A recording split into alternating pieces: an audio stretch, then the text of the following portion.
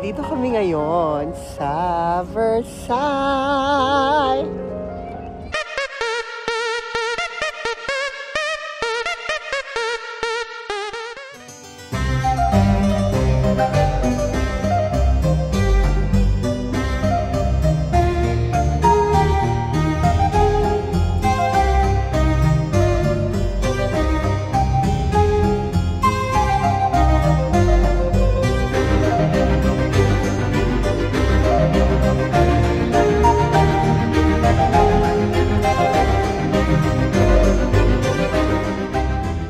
Itong Palace of Versailles is yung official residence ng royal family ng France.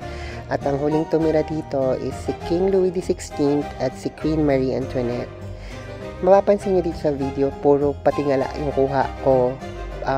Puro sa ceiling, sa mga walls. Kasi yung mga furnitures nila, wala na dito. Lahat ng furnitures dito, nilipat na sa Louvre. Doon na siya naka-display. Pero marami pa rin bibisita dito to look at the artwork, yung mga fresco sa ceiling, tsaka syempre to know more about the story ng Versailles. Tapos itong red room naman na to, ito yung kwarto ni King Louis XVI. Parang ano siya, itong kwarto daw na to is parang staging bedroom lang. Kasi kahit bago matulog yung hari, pinapanood siya ng mga tao. Hindi talaga siya dito natutulog, lumilipat siya sa iba pang kwarto.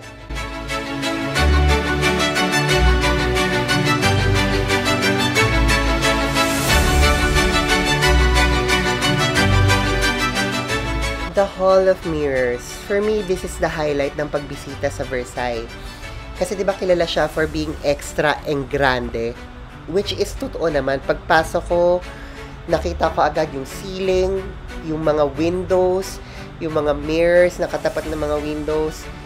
Iba siya. Sobrang engrande siya. Tapos imaginein mo, yung mga window na yan, pumapasok dyan yung ilaw, diba? Tapos mare-reflect din nung mirrors yung ilaw. At the same time, everything that's in the room is reflected by the mirror. So, parang doble lahat. So, doble yung pagiging engrande niya.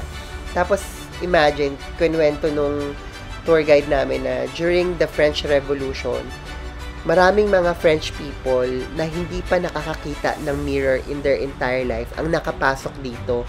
At natakot yung nakita nila yung sarili nila sa mirror. Kasi nga, ganun kamahal ang mirror noong mga panahon na to na not a regular person can afford it. Only mga aristocrats at saka mga mayayaman talaga at mga royalty.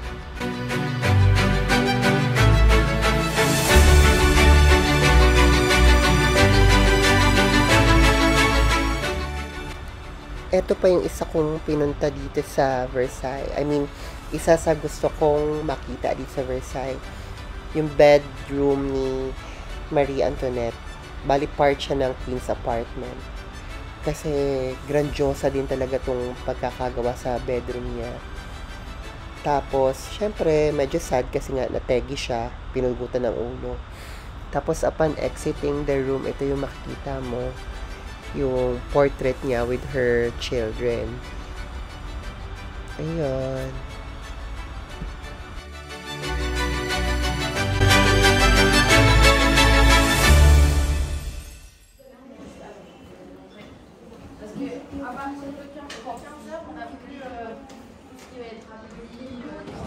Meron palang Angelina dito sa loob ng Versailles. Angelina. Not the ex-wife of Brad Pitt. Yung Angelina na chocolate. At walang pila pagdating namin. Ang saya kasi sa Paris, laging mahaba ang pila sa Angelina. Dito wala. Game na? Yes. Alam nyo, kinikilig ako. Pagbigyan nyo na ako Kinikilig ako kasi pangarap ko talagang makapunta dito sa Versailles. Kasi nga, fascinated ako sa story ng French monarchy. Particularly kay Marie Antoinette. So ngayon nakarating kami sa Versailles. Tapos ngayon, I didn't know na meron pa na dito mismo sa loob ng Philippines na Angelina. So aside sa masyal kami sa loob ng Palace of Versailles, makakain ako dito sa loob. Ang babaw ba? Pero I'm happy. Tapos Angelina, sabi nila, overrated daw, overhyped yung Angelina na hot chocolate. I don't care, I wanna try it. So, justify ko, lunchtime naman na, alas 12 na. So, dito na kami magla-lunch sa sa restaurant inside the Palace of Versailles.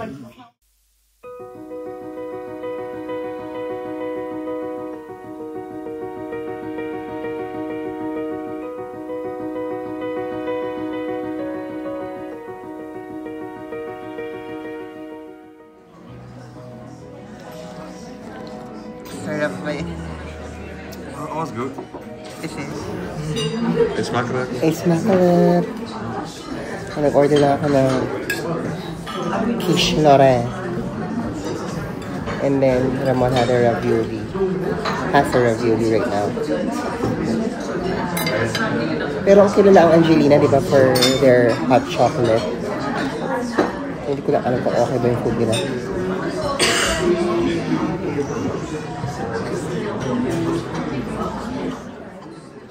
Nothing special naman. Okay yung texture. Maganda yung texture. Masarap yung lasa. Balikan ko kayo about hot chocolate. Ito na yung hot chocolate na Angelina. So, we're gonna pour it.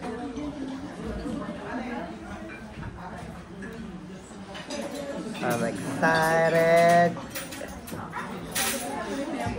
And then, you're gonna top it with whipped cream.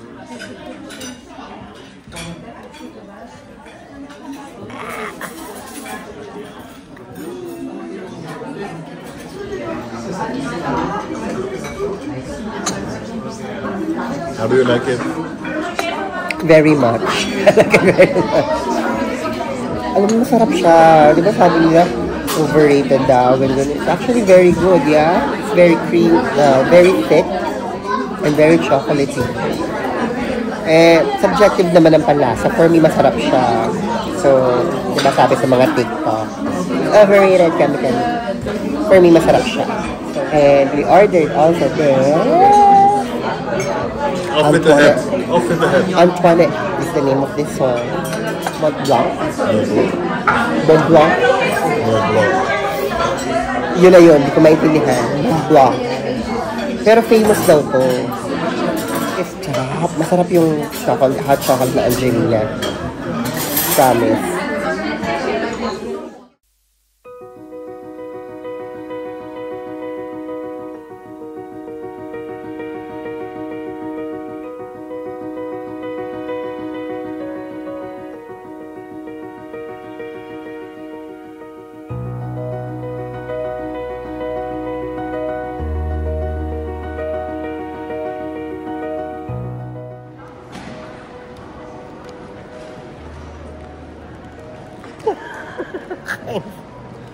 Labanan ng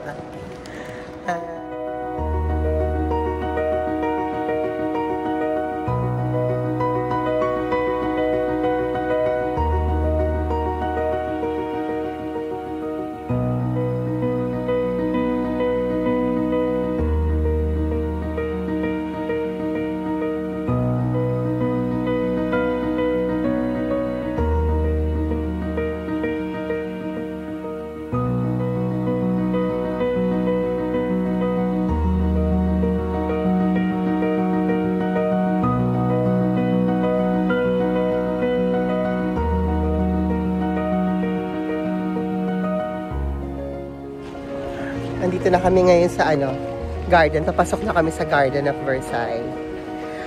Malawak na garden to. Iba't ibang area siya. Maraming lakaran.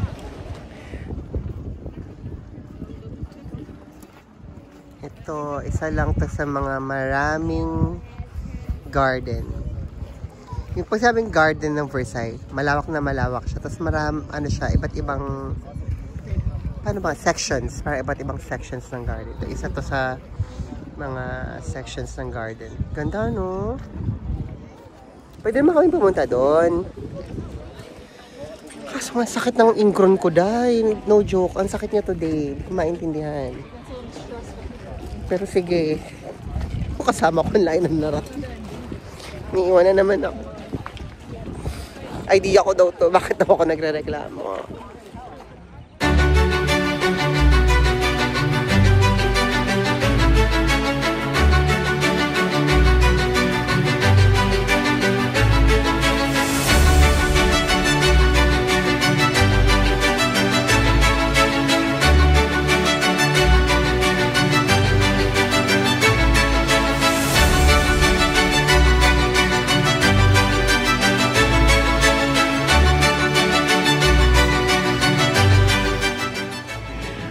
Ganyan siya kalaki.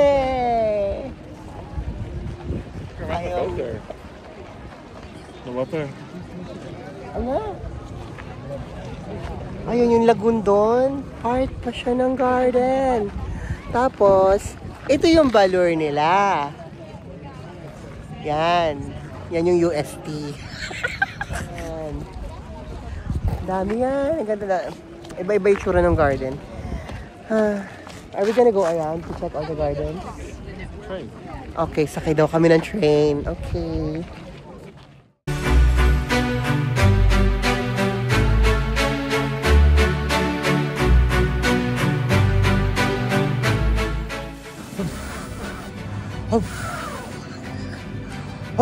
Turn it around.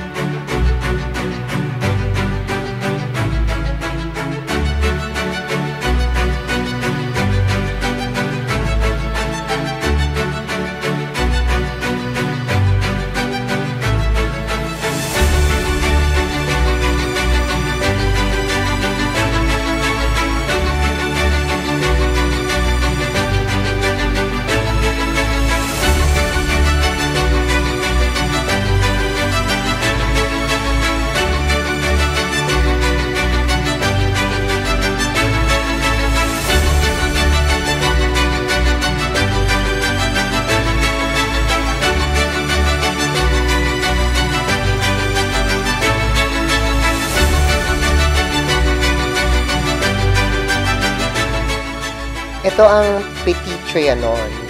Ang ibig sabihin daw nito parang small villa or small chateau na located sa backside ng garden. Meron namang Grand Trianon, so mas malaking version yon. Para naman daw yun sa hari. So itong Petit Trianon, ginawa siya sa para dun sa anak nung hari na babae before. Pero ang sabi, initially daw, para sa ano to, sa mistress nung hari.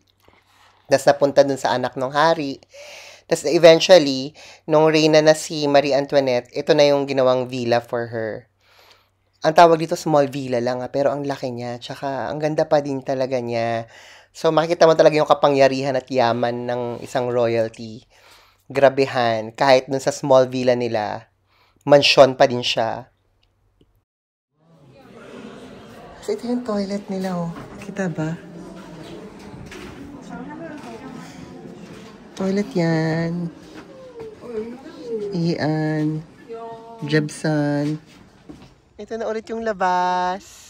Yung side nung ano. Nasa gilid to nung chateau. Dark forest. Gusto kong pumunta dun sa gazebo. Daan tayo dito sa may dark forest. Si Ramon Dark Forest. Ayun.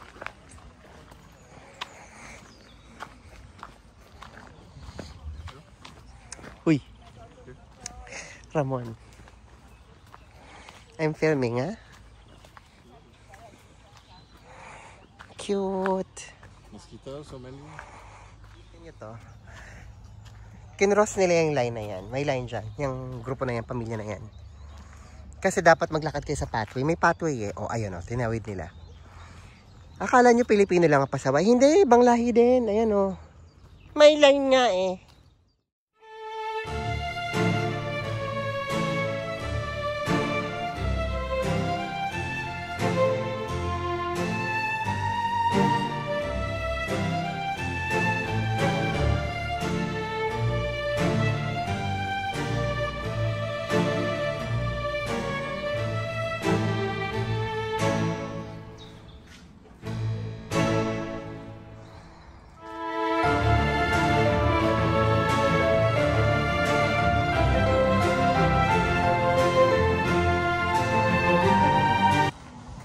ang probinsya, naalala ko yung probinsya, yung Tacloban. Tingnan niyo siya, ayan eh. Kasing ganito. Yung lahat.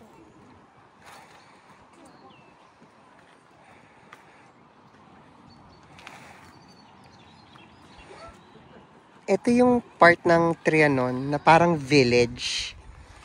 Parang makalumang village na pinagawa ni Marie Antoinette. Pinagawa niya to para daw makarelate siya sa buhay ng mga peasants. So, ayan, pag pumupunta siya dito, may mga ginagawa siyang activity na alam niya activity ng peasants, yung pagpitas ng mga bulaklak, pagpitas ng mga halaman, mga prutas. Yan. Pag-aalaga ng mga hayop, ginagawa niya yon. Pero syempre, ang Lola Marie Antoinette mo, bilang reyna, lumaking royal, ay out of touch. Hindi naman siya yung nagtatanim, pitas-pitas lang siya. So syempre, maganda yung basket niya. Hindi naman siya nagpaalaga at nagpapakain ng mga hayop. Talagang ano lang, pinipet lang talaga niya. Tapos yung mga ducks saka mga manok nga eh, binabalutan pa niya ng ribbon sa leeg. Talagang out of touch din si Inday. Pero ang cute no, parang out of a fairy tale yung tsuran tong village na ginawa niya. Yan siya. Naglaro si Inday. Yan, may mga bahay-bahay. Ayan, bahay-bahay.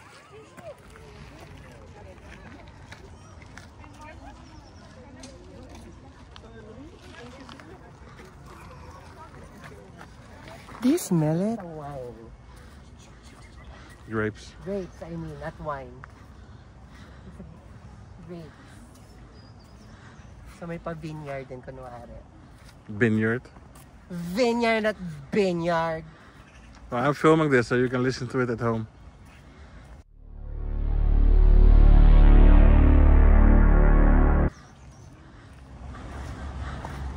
She likes me. What are the smell? Smells like a province. It's a good smell, like a fresh air.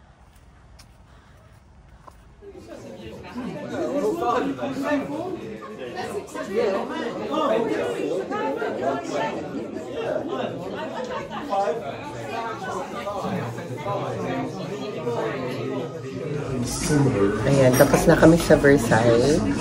Tapos naglakad-lakad kami papunta dito sa Versailles sa city here also. So merong parang town center malapit sa palace ng Versailles. Pasok kami sa restaurant. Magpapaka-Frenchy food ako. Mag-try ako ng escargot. Escargot is first time kong kakainin to dito. Ang nakain ko lang so far is kohol. Ginatang kohol sa atin. Pero puti siya, puti yung shell niya. So meron pang ipet. Ikitin siyang ganyan, I guess. Tapos to get out the meat.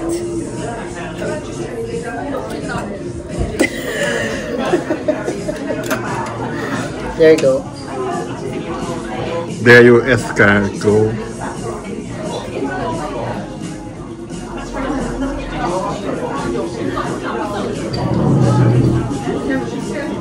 Yung texture niya ng kohol. Yung timpla niya, garlic, parang imagine naman pesto pero medyo may pagka-garlicky pa. Ang sarap. Masarap siya, okay siya. Hindi siya nakakatakot eh, hindi siya weird. Weird lang siya tignan, pero yung lasa niya, hindi naman weird. Like, Bœuf Bourguignon. So for this dinner, I went for famous French dishes like yung escargot. Ngayon naman Bœuf Bourguignon. O ayan, apaso pa si Akla. So yung lasa niya, it reminds me of machado kasi beef stew to eh. Pero hindi siya similar sa machado yung lasa ha. Kasi luto to sa wine, so lasa mo wala siyang tomato sauce. Masarap siya actually. And ang wish ko lang sana may kanin. Kasi ang partner na binigay sa akin, fries. Ito ang itsura ng Versailles sa gabi. So, here we are saying bye-bye, Versailles. Our last day in France. We decided na mag-brunch dito sa cafe na malapit sa hotel namin. May in-order ako. Nakalimutan ko yung pangalan. Pero very French daw to. Parang siyang luncheon meat na hindi ko maintindihan. Ako hindi ko alam kung anong tawag. Nakalimutan ko yung tawag. In-order ko lang. Para siyang luncheon meat. Gusto kong ipaprito. Pero ganito daw kainit. Ka-allergy pa ako, no?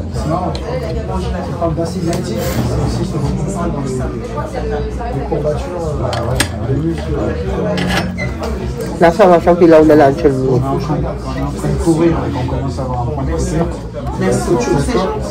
Pero yung lasa niya, mahal. Pero very French daw to, very particular for breakfast. Ito yung lunch ni Ramon, para siyang ratatouille. Na hindi. Fresh from the garden. At ako hindi French. Fish and chips ang in-order ko. What's your dessert? Something cheese that looks like soup. Ang dessert ko ito, parang siyang appetizer, no? Pero dessert siya. Cheese siya, pero part siya ng dessert menu. With bread and everything. Is it? Ah, nagustuhan niya. Is it sweet? Okay, dessert, proper dessert. Ako cheese. Tapos dito sa France, during lunch and dinner time, they always have like a set menu special. And it's always advised to go for that kasi mas mura siya. Mas mura siya, and at the same time, hindi siya tinipid. Minsan kasi di ba naisip natin na pag kunyari, okay, naka-set menu, pero yung serving ang liit. Lumiliit siya. Dito hindi, normal yung size ng serving niya. Nasa special lang talaga siya. Kaya every time Ramon and I would eat, if may offer ng special, we would go for it. For lunch and dinner. Naka-set naman na yun eh. So, busog ka after. Like ayun, yung brunch/lunch special nila. Yun yung kinuha namin ngayon.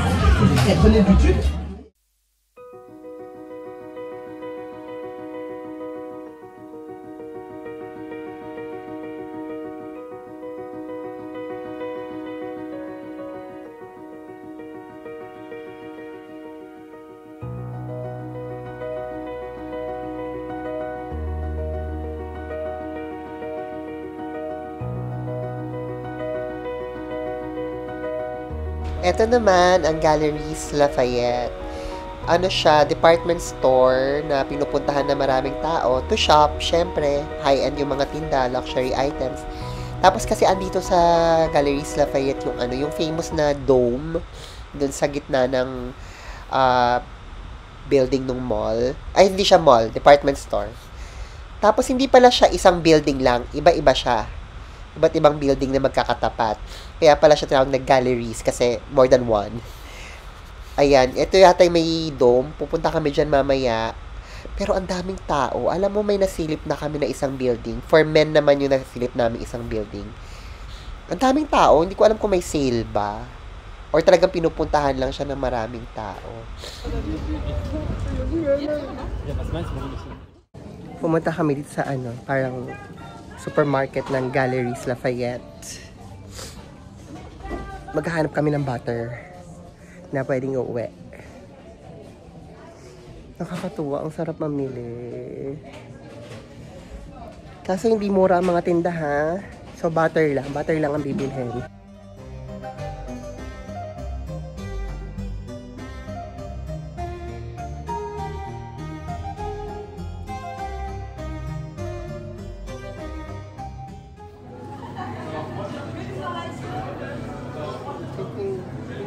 Jawan with vanilla.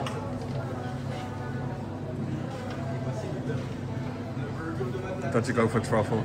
Yeah, and chocolate. 14.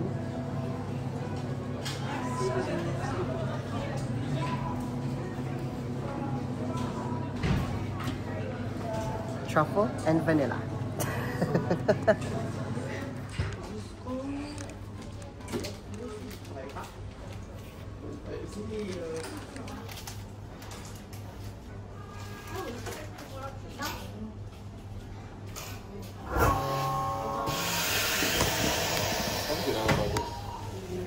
Watching videos. There you go. Thank you. Here it is now. Naghahanap kami macarons.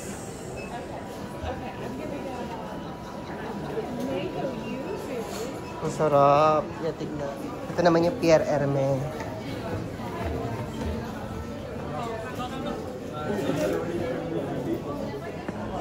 The ever famous La Jure.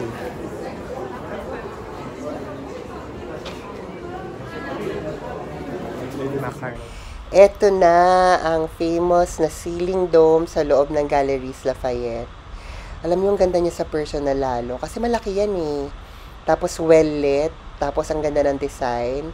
As in, kakaibang department store talaga siya. Gusto namin umakyat dun sa taas. Yung parang may platform na yan. Pwede ka umakyat dyan, mag-picture, mag-video. Kaso we opted not to go up there na. Kasi habang umaakyat ka, kung saan papunta yan, makikita mo na yung haba ng pila. Kaya pala puno ng tao dito sa loob ng department store na to. Kasi pupunta sila dyan o kaya sa taas para mag-picture lang. Basta mahaba pila. Hindi na kami akyat kasi. Dito? Hindi we need to go back to the train station. We need to go back to the train station quickly. Train station. Trading station? Train! Ayun po. It's not even 5:30. Nag-aantay na lang kami ng time namin for the train at si Ramon kailangan niya kumain ng food niya kasi Friday ngayon. So, ano siya, no meat at all. And we have at least an hour. No, not at least. Almost an hour before umalis yung train. So, ito muna kami sa labas ng train station. Ayun yung train station. Yung train station na yan kung saan na train yung, I mean yung mga trains na pupunta dyan. International. Parang siyang airport. So, antay muna kami. Ito kami sa cafe sa labas ng terminal. Konti na lang. Bye-bye, Paris. Pauwi na kami. We're in the train. Katulad ng papunta namin sa Paris, nag-train lang din kami. Tapos kanina, while nasa terminal kami ng train, namili ko ng mga tinatinapay. Yung, syempre kain-kain kami ng croissant nung nandun kami sa Paris. Eh, bumili pa rin ako ng mga croissant, tsaka pain au chocolat. Yun ang titibagin ko ngayon on the way to Netherlands. Kasi ang train ride namin is almost 3 hours. Mabilis naman yung train. Actually, nung papunta nga kami, 2.5 hours lang yung train namin. Hindi ko alam kung depende ba sa train yon o sa driver, kung trip ba ng driver na iturbo. I don't know. Basta, ang sabi lang sa akin, laging around 2.5 to 3 hours. Ayun, pauwi na kami. Kakain na ako. Thank you for watching. Until next time, say duy-duy. Duy-duy. Bad trip naman, oh. Duy-duy.